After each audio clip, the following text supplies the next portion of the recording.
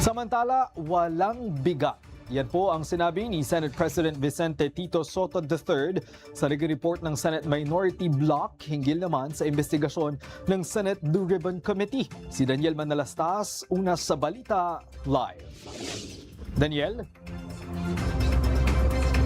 Greg, papasok lamang na balita na turnover na ng Senado sa Department of Justice ang kustudiya ni dating DPWH Engineer Henry Alcantara. Nagtungo kanina rito sa Senado ang ilang tauhan ng DOJ para makuha si Alcantara na ngayon ay isa ng state witness. Samantala, Greg, sa iba pang update dito sa Senado, pinuna ni Senate President Tito Soto ang nilabas na report ng Senate Minority Block tungkol sa investigasyon ng Senate Blue Ribbon Committee sa flood control scandal.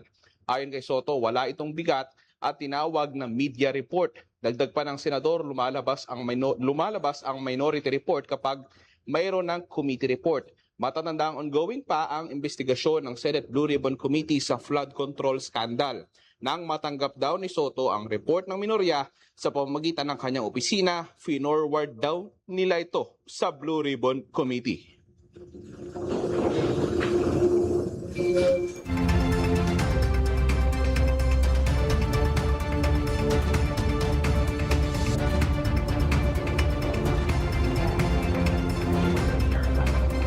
Kung maalala kahapon sa isang press conference, inilabas ni Senator Rodante Marcoleta at Senator Amy Marcos ang naturang report. Samantala, Greg, sumagot si Senator Ping Lacson sa inilabas nga na report ng Senate Minority. Anya, respect begets respect. Paano niya raw bilang chairman ng Blue Ribbon tatratuhin ng may respeto ang dokumento na nagsisimbolo ng kawalan ng respeto? Paano niya sa Senate o payo niya sa Senate Minority ay basahin o i-review ang Senate rules. At yan muna ang pinakahuling update mula rito sa Senado. Balik sa iyo, Greg.